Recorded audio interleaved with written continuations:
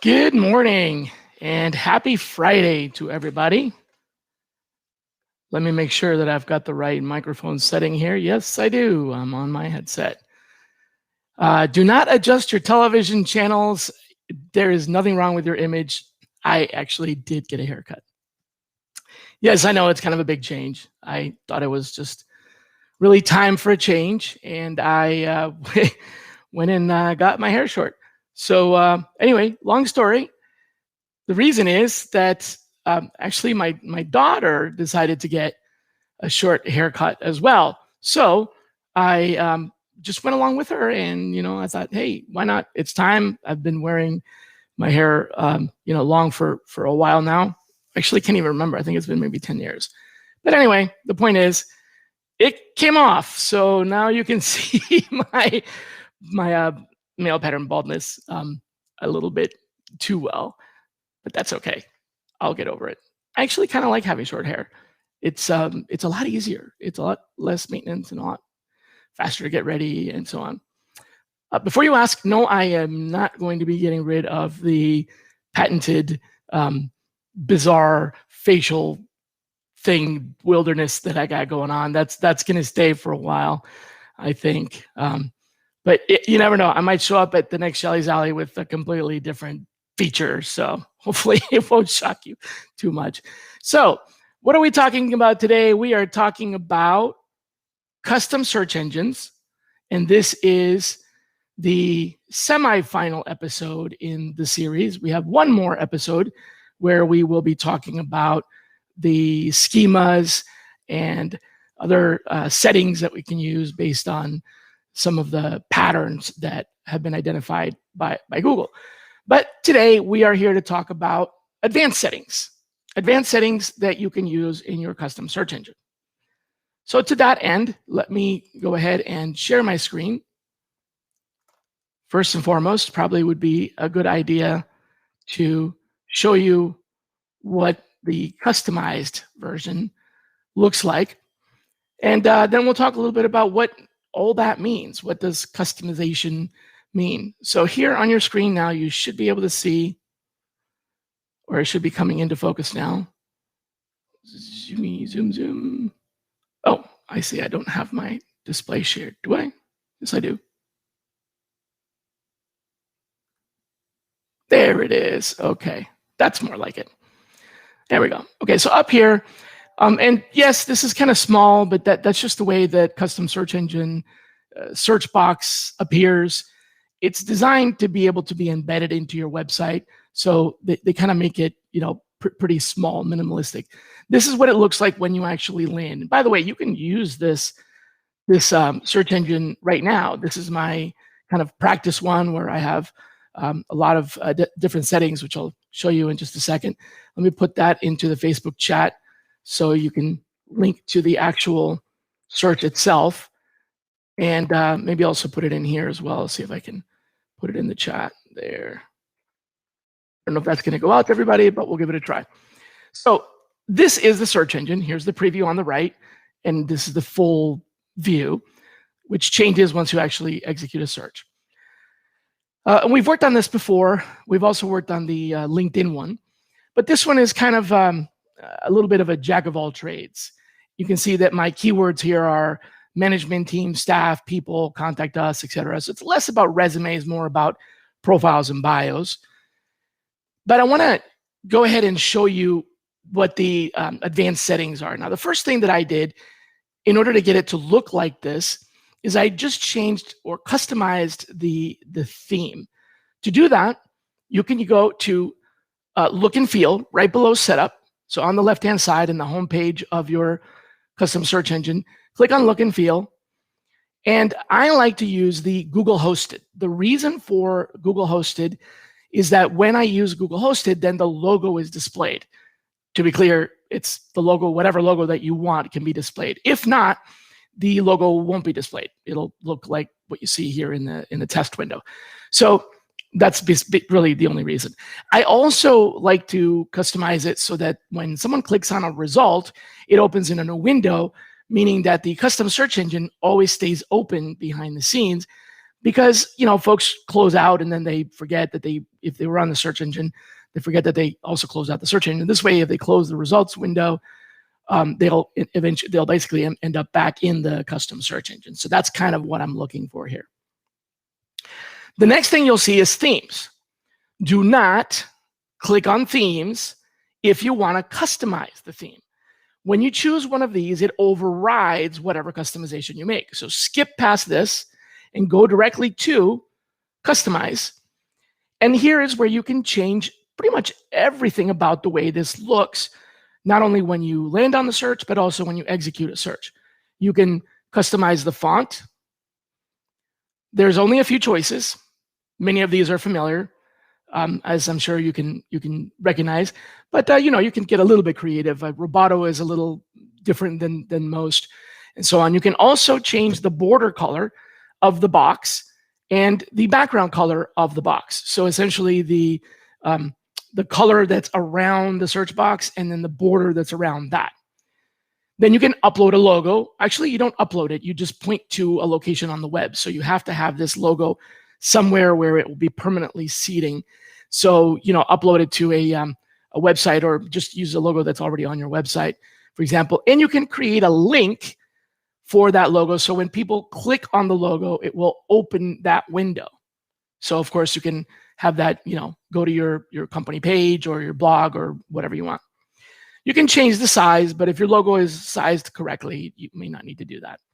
Then you have the search box itself. That's essentially the piece that says enhanced by Google there. And you really can only change the border color. To give you an idea, we could make the border color yellow or gray, or pretty much, basically whatever you want, essentially. Maybe give it a nice little extra dimension, like looks a little bit like it's got more depth. Then we have the search button.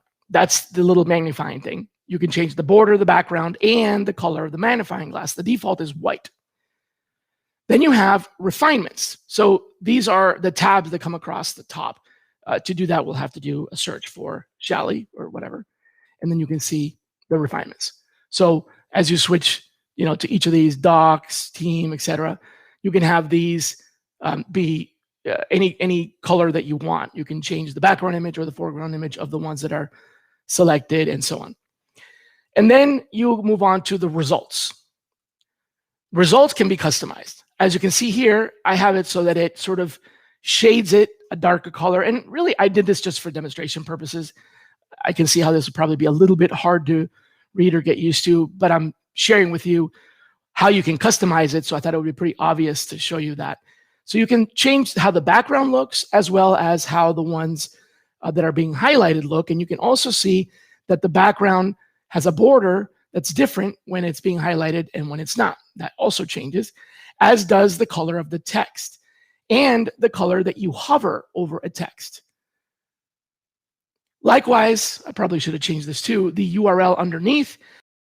That's another customization, which I'll share with you in just a second. But here you can see you're modifying the border and everything else on the results.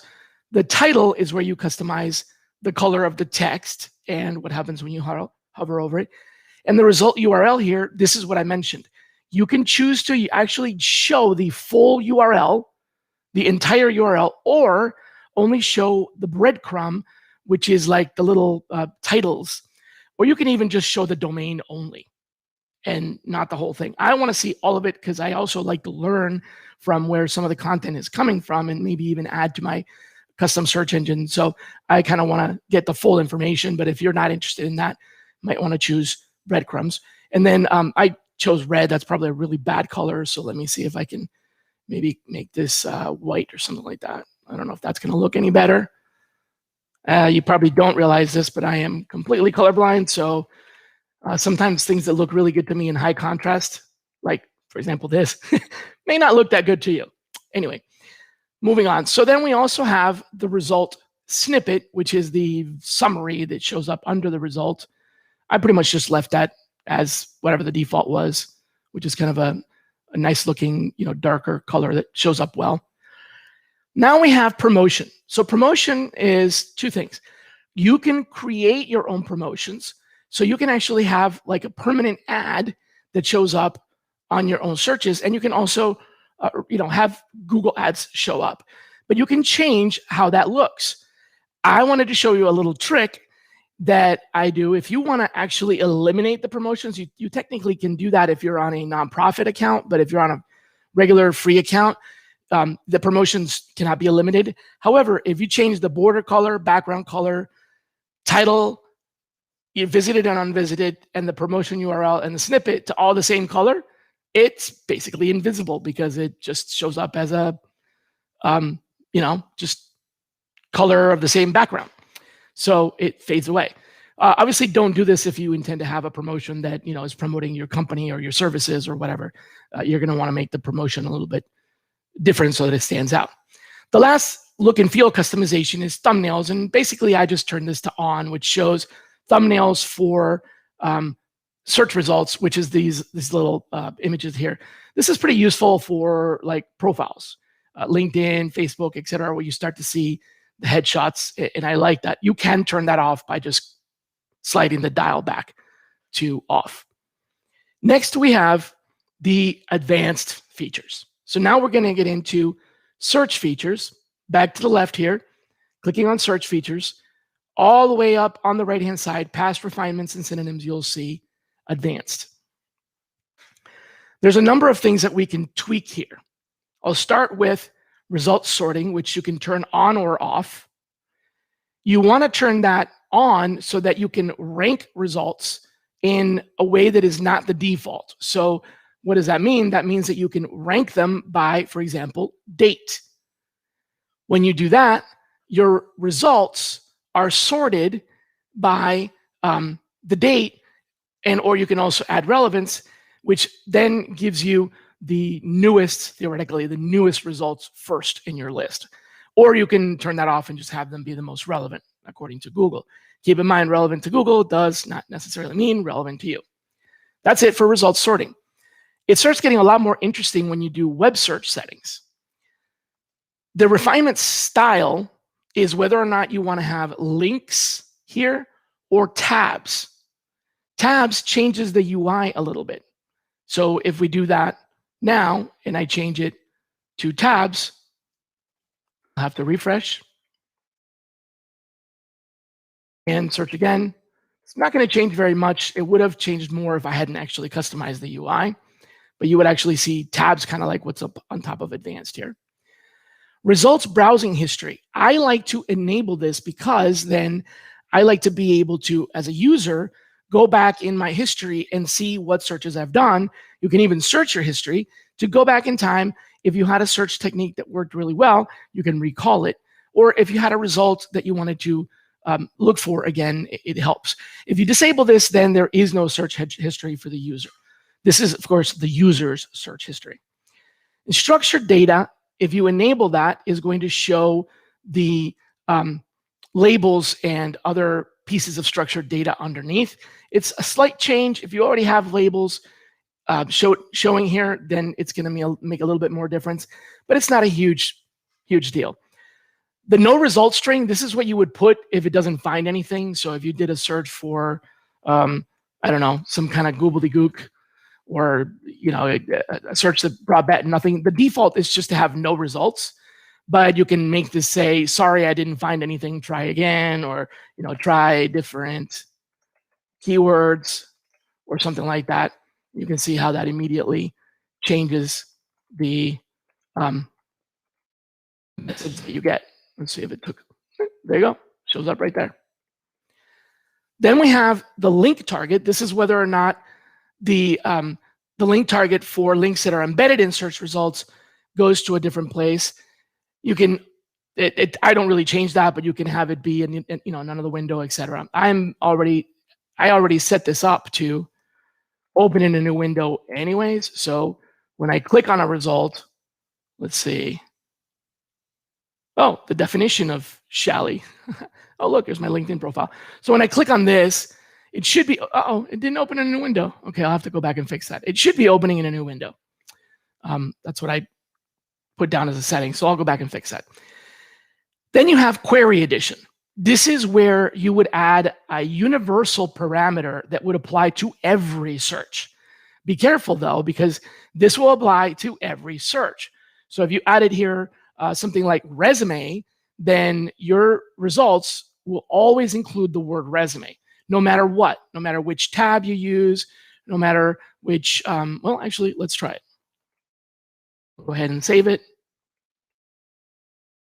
And then we'll put in here engineer. And now you'll see that it's applying the word resume. Well, you may not actually notice it because it doesn't highlight it, but it does significantly change the results because it's applying that keyword behind the scenes. This only works with when you really want to narrow your search down to a particular keyword or a search phrase. Could be also a statement, a logical disjunction, an or statement as well. And then with query parameters here, it just sets aside the name that goes into the result URL. Again, this is for my own use. I'm not using this for marketing, so I don't want to include any of that. I'm also going to remove resume here so I get back to my regular results. That's it for web settings. So I usually turn on the tab. I enable browsing history and I enable structured results and pretty much don't really mess with the rest. With web search restricts, you can start changing the type of results that you get. Here's where you can customize your search engine to only include a particular language. So if you are doing sourcing all over the world, don't mess with that. If you're doing sourcing in a different country where English is not the main language, highly recommend that you could do this because then you'll be getting results from that language. But you can also just eliminate all other content that is not English by turning this on. And you can also change the result size, but there's a limit. You can only go up to 20. The standard is 10. 1, 2, 3, 4, 5, 6, 7, 8, 9, 10. And then so it'll be 10 pages at a time. But you can actually double that. I wish you could do 100. It's not, no such luck though. However, at least now when you do a search, you'll have twice as many. Refresh, here we go. It should be 1, 2, 3, 4, 5, 6, 7, 8, 9, 10, 11, 12, 13, etc. By the way, also you saw it had 10 pages of results. Now it only has 5 pages of results because I've doubled the amount of results per page. Sorting here is also, you can do sorting by date or relevance, and that's separate than the other sorting. Frankly, I just do it here is what I usually do. I sort by date because I like to see the more fresh results coming up. Site search is if you're using this as a search engine for a particular website where you're only searching that website, like your company website or something. I very rarely use it. And then here's extra query terms that would use the logical disjunction, or this is, quite frankly, a better way to do something like resume if you wanted to do it. So you could do resume. You don't need to put in the or, just the comma, resume, CV, where is that? CV, vitae, vita, profile, I can't type today, bio, about us, about me, our team, our staff, our people, and so on. I'm not going to go crazy with it. I'll show you one last thing here, and then we'll take a look at what happened when I added those query terms. This is the filter. Normally, when you're searching on Google, you can, on any Google search, you can append the filter modification to the URL or inject it to the URL. So for example, if you were to do search for electrical engineer and then certified, just a quick search, at the end of the URL, all the way here, this is going to be pretty small, but if you can see up on the top of the screen, you would be able to append and filter equals 0, which turns off the site compression. That means that you won't get just one URL per website, even if there's multiple search results that match in that URL.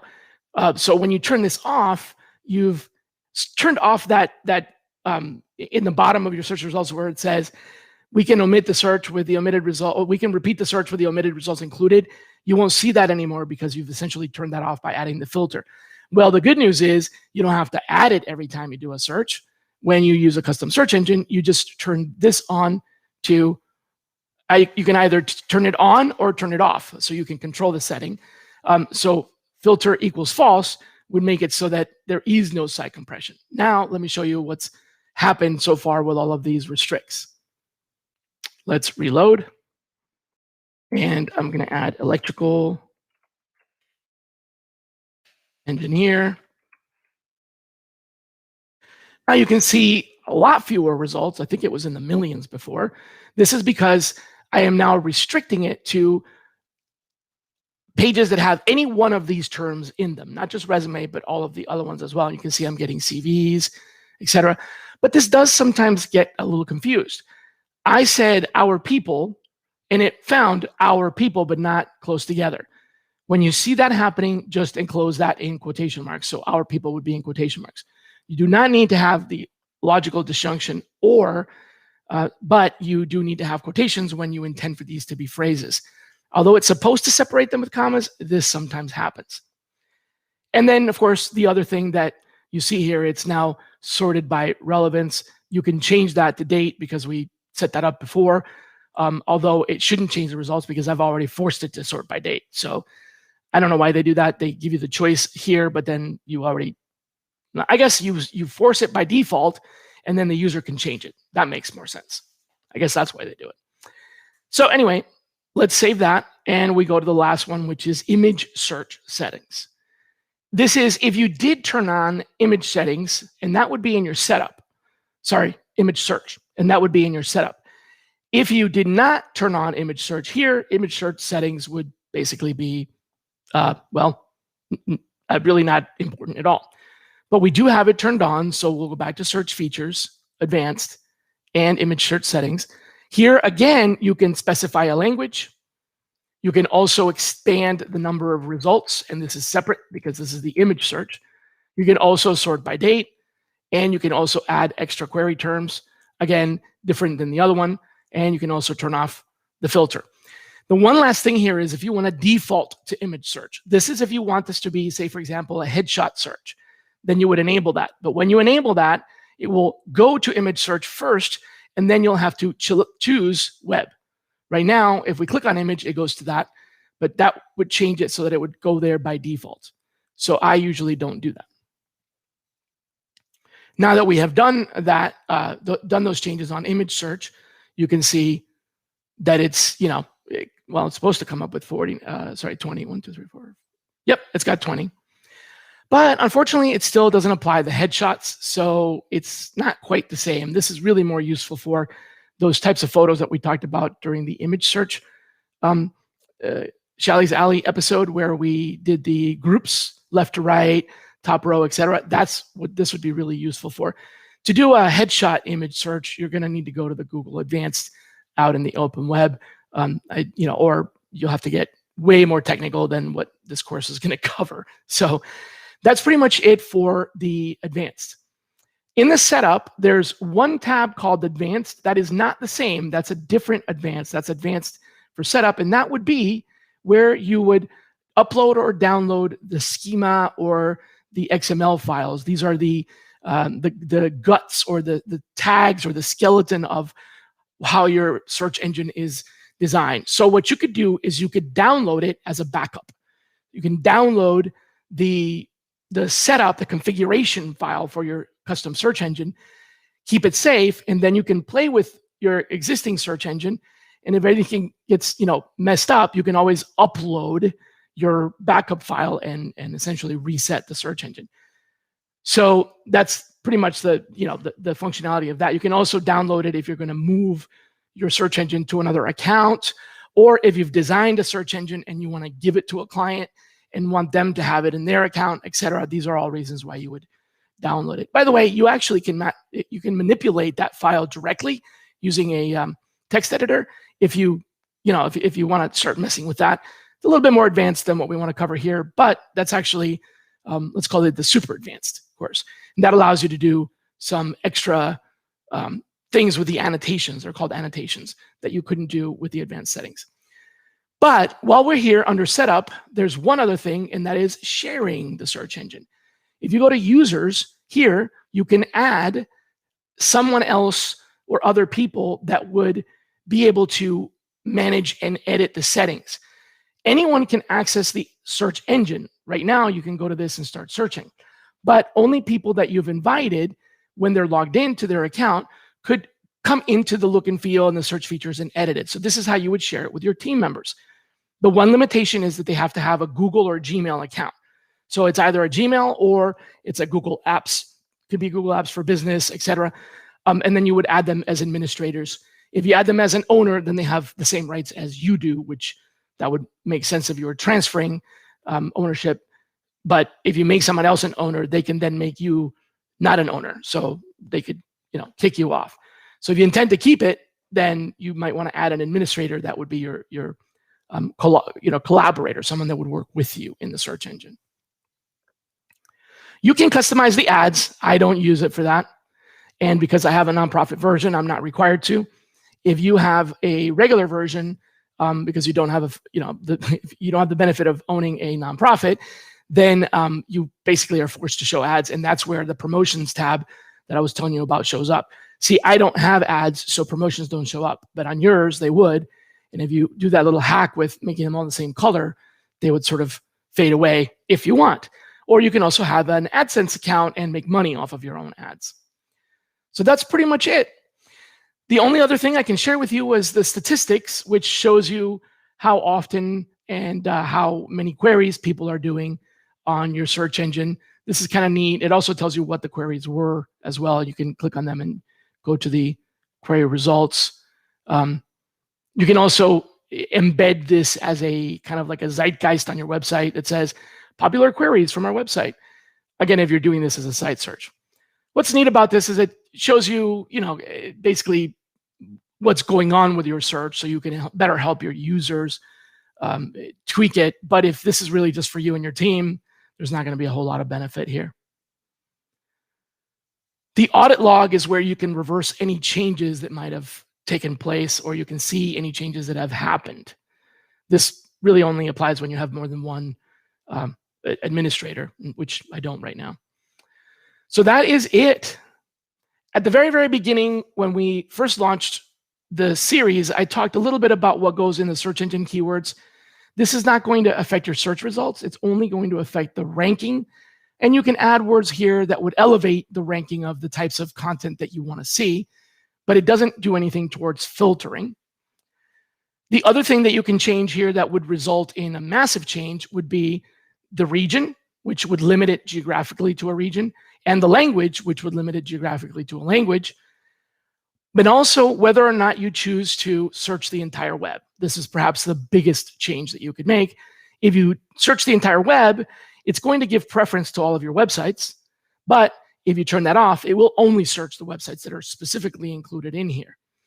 You can do that, turn this off, and have websites that are domains like .com and only search those. That's one way to go about it. So just be careful if you search the open web, that you have refinements and synonyms. Otherwise, there's really very little benefit to having the custom search engine. So there you have it. Those are all of the advanced settings that you can play around with, and hope you've enjoyed Chalet's Alley this Friday.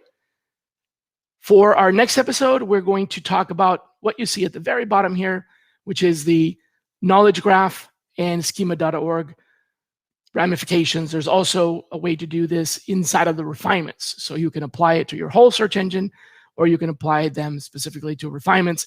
We'll take a look at both of those, what they do and what they're good for. And I'll show you a couple of examples of search engines that are specifically just knowledge graph and or schema searches where they don't have URL or synonyms or any of that. So you can see the power of what you can do with this. All right, everybody. So thank you very much for joining us today. I hope to see you again here soon. Take care. Bye-bye.